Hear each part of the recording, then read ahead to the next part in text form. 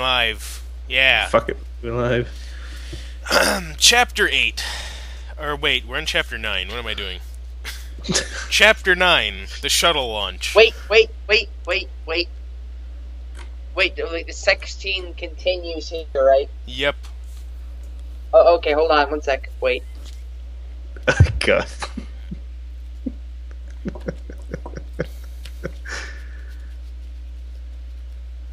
Oh, okay, I had to put on a second condom because I used the last one up last time. Okay. It ran out of condom power. Yeah, we'll go. Okay. Chapter 9. The shuttle launch. They were both secretly thinking about what they have been missing in their lives. Then David asked Cheryl, "Would you like to come to my place and spend the night?" Cheryl gave David a funny but sexy look, and before David could say, "I'm sorry I shouldn't have said that," Cheryl said, "You know I must be crazy, but I believe I do," and then smiled. David couldn't believe she said yes. He got the biggest smile on his face and kissed her one more time and said, "This is turning out to be the best night I've had in a very long time." Cheryl said, "Me too," and they left the beach and went to David's house, and they made passionate love for a very long time. The next morning when they woke up, they woke up staring at each other with... That's just its own sentence. The next morning when they woke up. They woke up staring at each other with a big smile on each other's faces, and Cheryl said, "I had the best time last night, and now you're going to leave me." Then David said, "I know before, all I was going to just miss was my students, and no, I'm going to miss being with you. I haven't been with someone like you in a very long time. I had so much fun with you last night, and making love to you was so beautiful." Oh, Cheryl, my waifu! "I will remember it always." Cheryl gave another sexy look at David and said, "You know, I don't have to be at the restaurant for a couple of hours. What do you say about going one more time around the world?" Then David said, "That sounds fantastic," and leaned over and started kissing Cheryl, and they made love again. Cheryl, "You know, David, I can call Marcia and see if she can fill in for me today, and I can spend the rest of the day with you if you want." David said, "I would really like that a lot." Then Cheryl called Marcia and made arrangements. Then they made love some more and Then they made love some more and spent the day together. They had a lot of fun and then stayed Sunday night together, and they made love most of the night.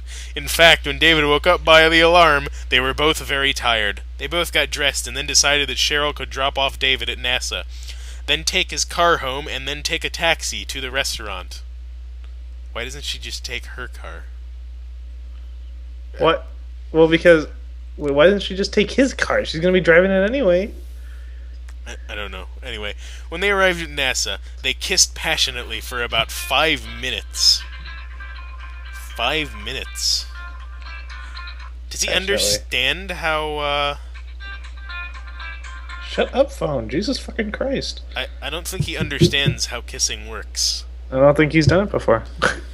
And Cheryl started crying and said, "I'm going to miss making love to you." David started hugging Cheryl and said, "I'm really going to miss making love to you too, and most of all, being with you. You know, it seems like my life is moving so fast that I don't know what to do. But I know the only thing in my life I regret is leaving you." They kissed one more time, and Cheryl said, "I hope you have a safe flight. We will all be cheering for you at the restaurant. Oh, and one last thing. You take good care of yourself. You're my rocket man." They kissed one last time, and Cheryl left, and David went inside for his lunch preparations and his checkup. Man, boy. He checked into Dr. Blue's office and took about 20 tests and was hooked up to a computer with electrodes all over him for about 3 hours. Then Dr. Blues came out and passed him on everything. He knew he was healthy, though. He had just had a checkup. Then he went to watch a video on the launch itself. Then he went to the launch psychotherapist for about 2 hours and finally was sent to his launch quarters and watched a little TV. Then went right to sleep that night because he was so tired from making love with Cheryl all night. He doesn't work that way. He wasn't even thinking about the shuttle launch until next morning, but when he woke up Monday morning and put on his new captain's uniform, and he looked in the mirror and realized what he was doing. Then they helped him put on his flight suit and got in the shuttle. He was terrified, almost at the point of shock. All he kept saying was, "What did I get myself into?" He also kept asking his shuttle captain, "Captain Briggs, is everything all right?" All the way up to 0855, and Captain Briggs just kept saying, "All systems are a go." David looked over at Admiral Benson, and he looked as calm as a cucumber, and then he couldn't say a word the rest of the launch. Then there was a liftoff. 10, 9, 8, 7, 6, 5, 4, 3, 2, 1. Ignition, full thrust. David griped the launch chair with the grip of steel. Then as the shuttle started sounding like thunder and a lot of vibration, Captain Briggs said, "Happy Halloween, NASA," and we started to move upward. It was looking like a perfect launch. Captain Briggs, NASA, we have liftoff. All systems are a-go. NASA, copy that, Shuttle Eagle. You're all go down here. Course laid in and all systems look good. Eagle, roger that. NASA, you're on your way, Eagle. Have a nice flight. Eagle, see you on the flip side. NASA, roger that. David looked out into space with an awe look of amazement. I was kind of hoping that they would blow up before they got there. The G-force was right around 4 Gs until they left the Earth's atmosphere.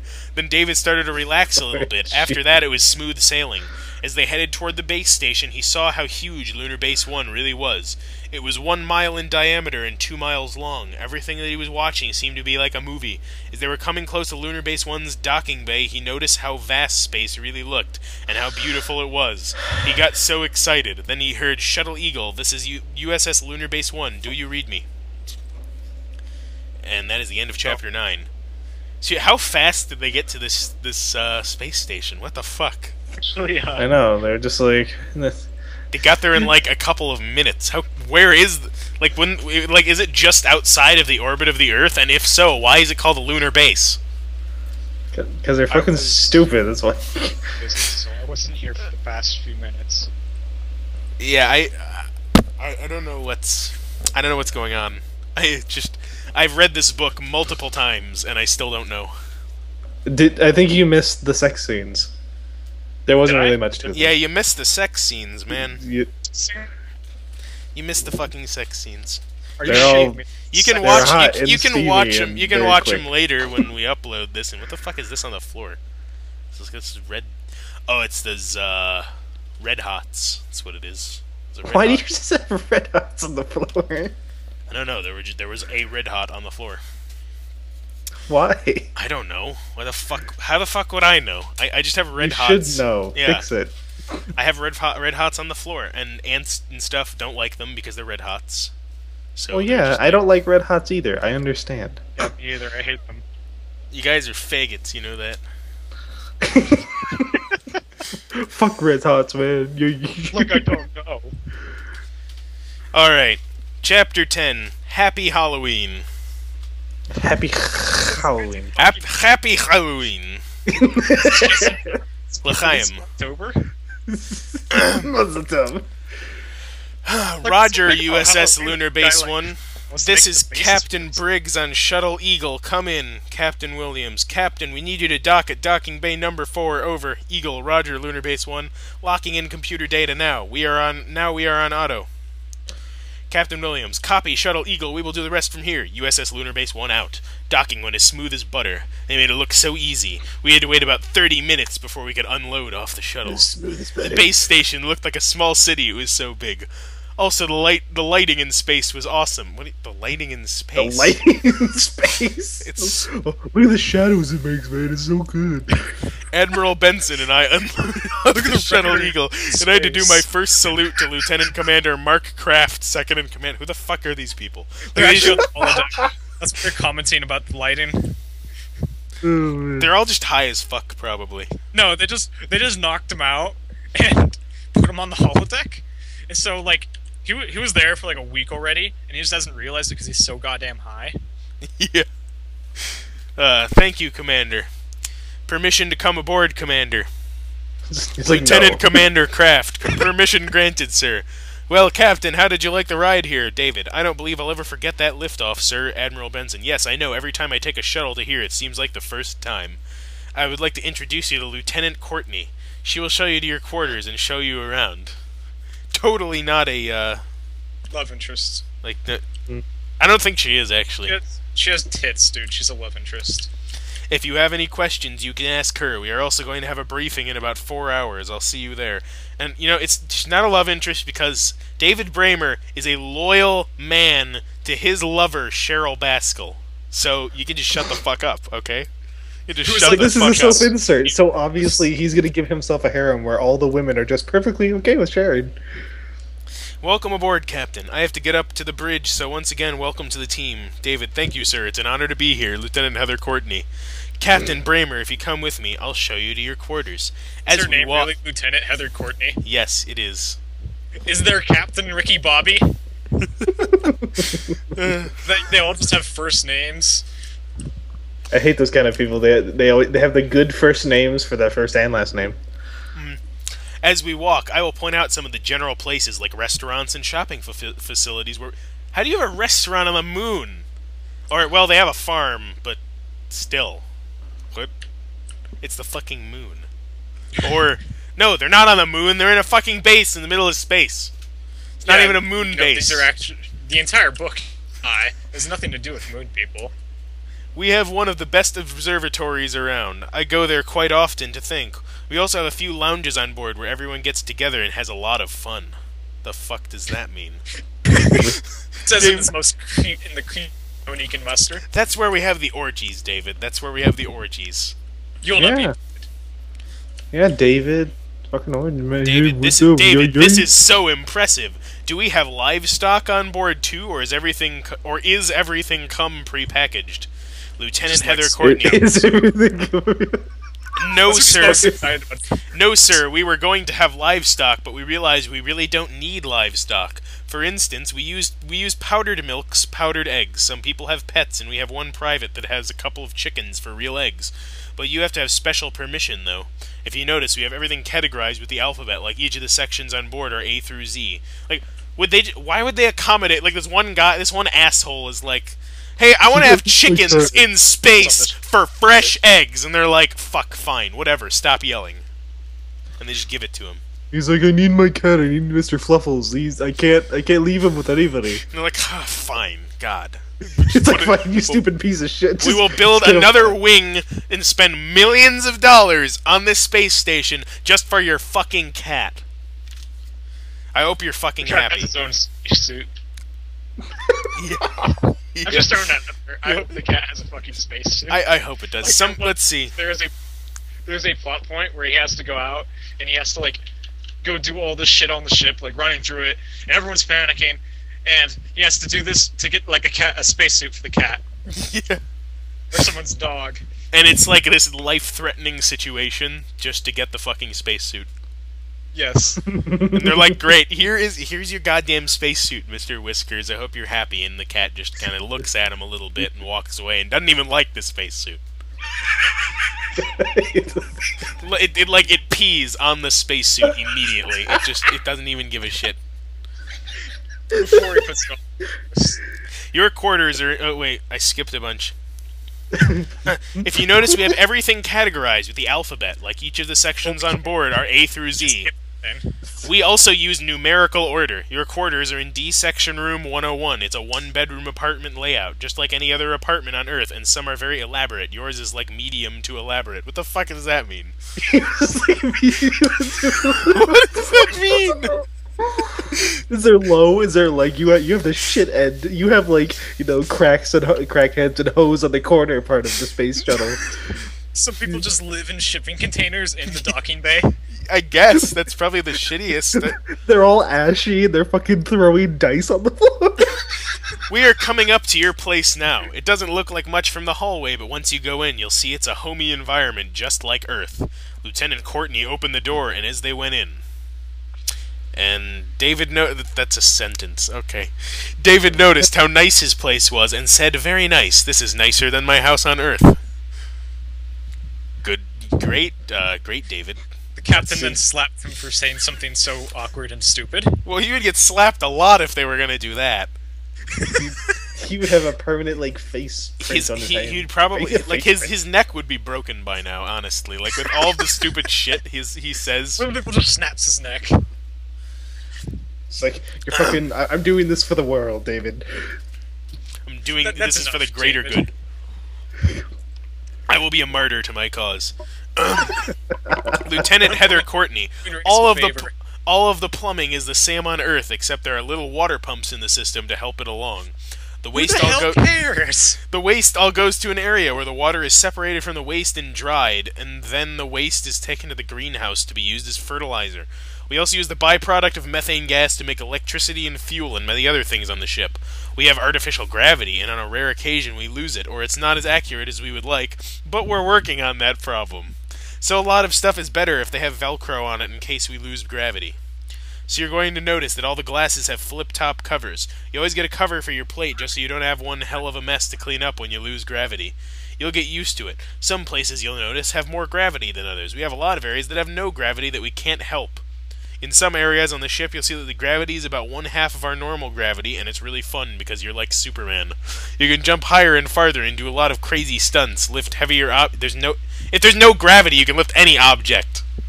I'm surprised you were able to say like Superman as a simile and not laugh. I know. I'm getting better at it. We are studying this, and we are. Superman would have not been able to do that, myself included. We are starting to design new games every day. You guys make video games in space? You make video games in space? They have their own development studio, Moon People. The Moon People Development Studio. Yeah, that's just it. That's their studio. Just Moon People. The gravity thing has got its pro-is and con-is. Sometimes, for instance, you'll be sleeping and you will wake up kind of floating over your bed for a second, and now I'm getting feedback. Who's doing that? That's not me. I'm trying my hardest not to laugh, though. Sometimes, for instance, you'll be sleeping and you will wake up kind of floating over your bed for a second or two and then fall back on the bed. Like, just you? Like, is there a fucking poltergeist in the space station? David lives a very lonely life. We've had a few minor injuries already, but not already. Like, not already, it's like all and then ready. Is he just gonna give him a complete history of the goddamn spaceship? I guess so, but nothing serious This is what's been happening yet. in the entire book. I don't know where we've been. Because everyone is usually asleep on their bed when it happens. You know, I know this goes without saying, but I don't think he's heard of Show Don't Tell. Yeah, he's kind of writing it like it's supposed to be a movie. Dude, it's so unfortunate you weren't here during the sex scene. I think you would have gotten a kick out of it. Yeah, most people tuck themselves in a certain way so that doesn't happen. Nevertheless, you'll also find that you get a good RM sleep that's like no other. You wake up so rested you feel great, and you also do not need as must sleep because of it. Some people get space. Wait a minute. Some people get space sickness. What the fuck is space sickness? Something that's kind of interesting, and they're never going to talk about it again. It doesn't. It just mentions it's like, okay, let's just go on. Yeah, don't worry, we have a fully staffed hospital that has all the latest advancements. We also have several gyms on board all over the ship. Now, Captain, they have all of your luggage, and they will be bringing it to you in a little while. If you're in the briefing, they'll just set it inside of your door. One last thing, in your den there is a computer link up to our main computer, and in any room in your apartment, you have a telecom system that's also connected to the main computer. All you have to do is say the location or name first to anywhere on the ship and pause. Now when it rings, it's the normal standard Navy whistle, but you can change it to any of about 1,000 different other tones if you wish. Finally, here is your communicator. This goes on your uniform. It's a simple on and off switch and exactly like the intercom. It is also connected to the main computer.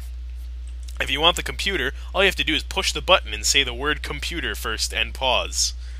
That's the most autistic fucking thing ever.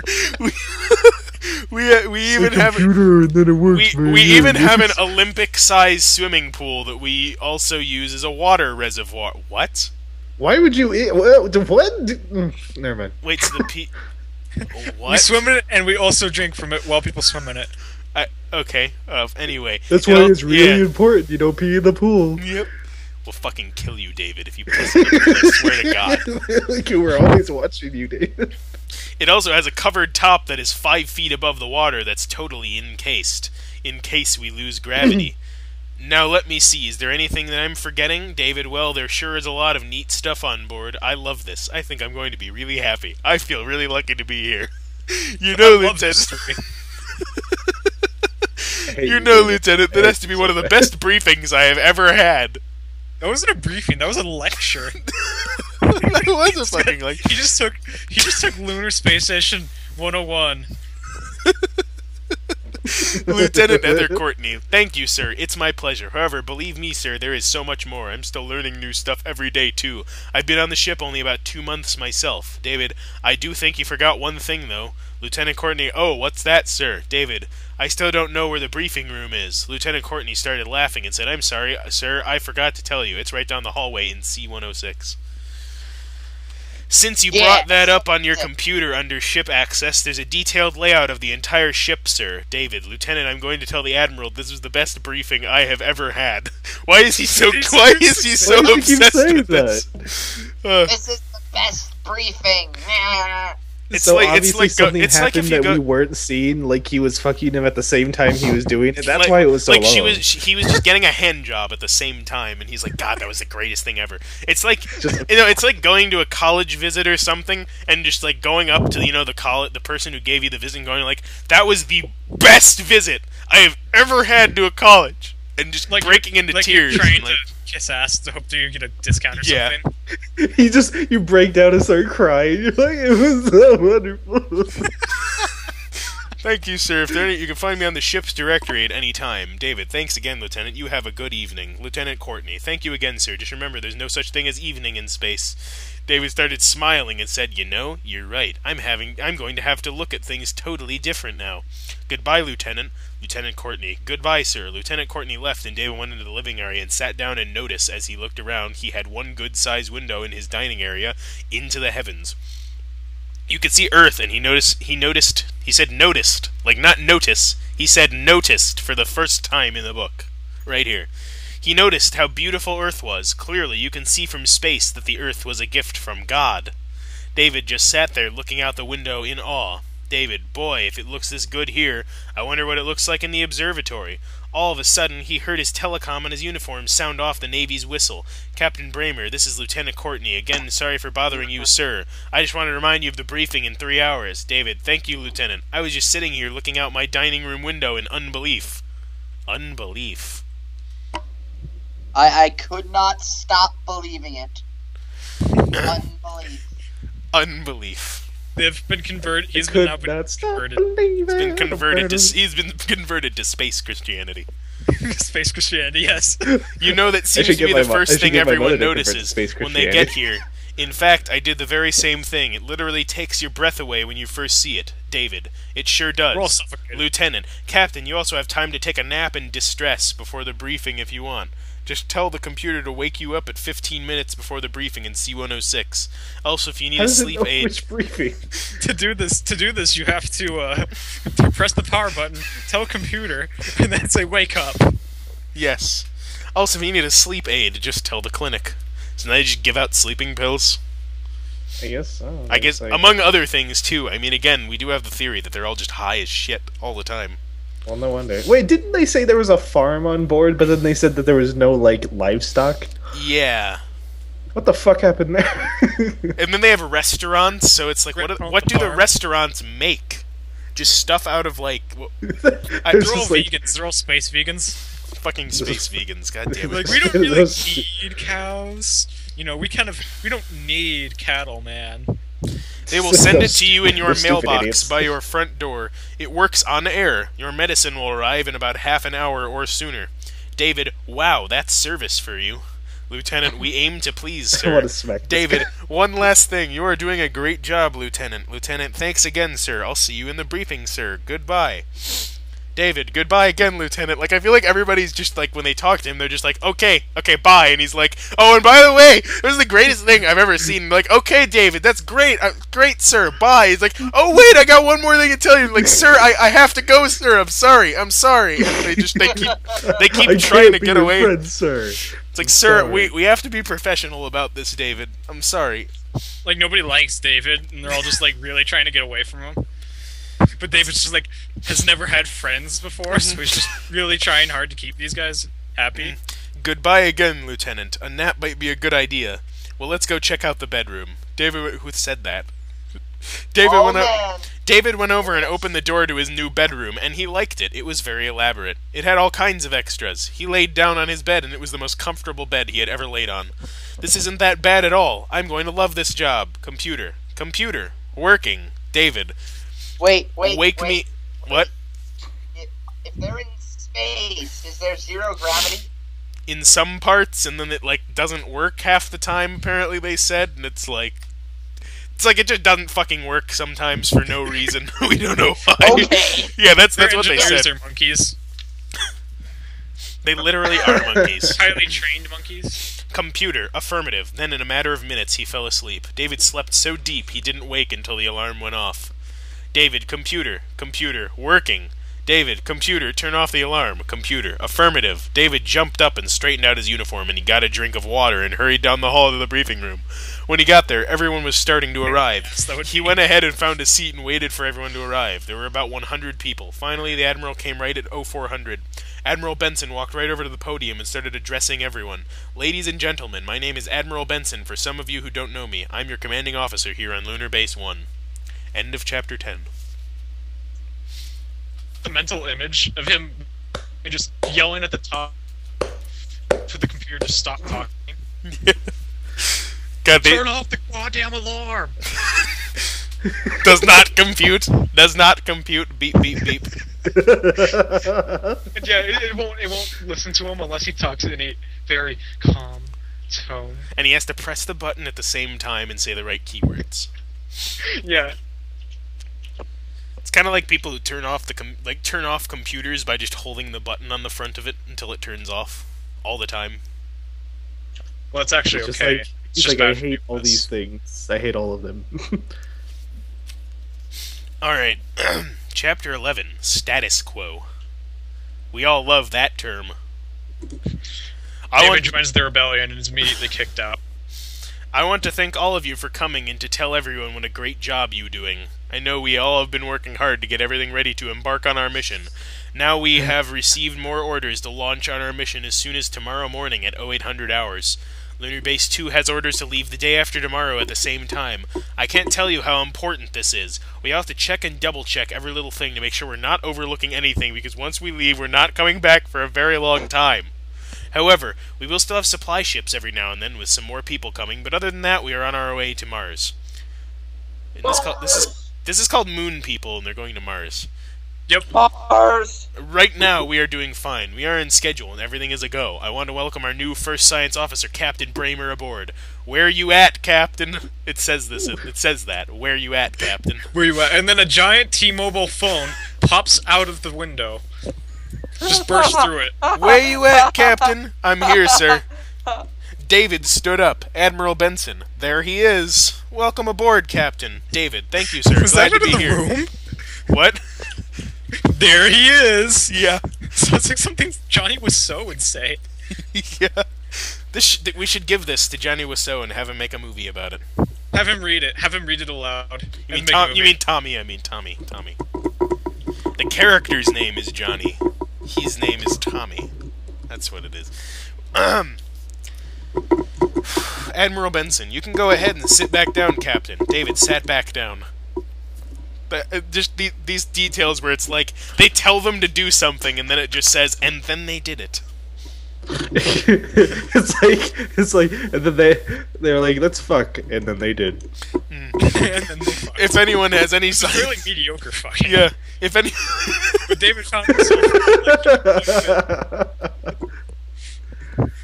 don't lie, that's how he would write it. yeah, it is how he would write it. If anyone has any science questions, you can go to Captain Bramer. Captain, I will see you on the bridge at 0600 tomorrow morning. David, yes, sir. Admiral Benson, now, we have approximately less than 16 hours before we shove off. I suggest we make them count. Now, if anyone is having second thoughts about going, tell me no.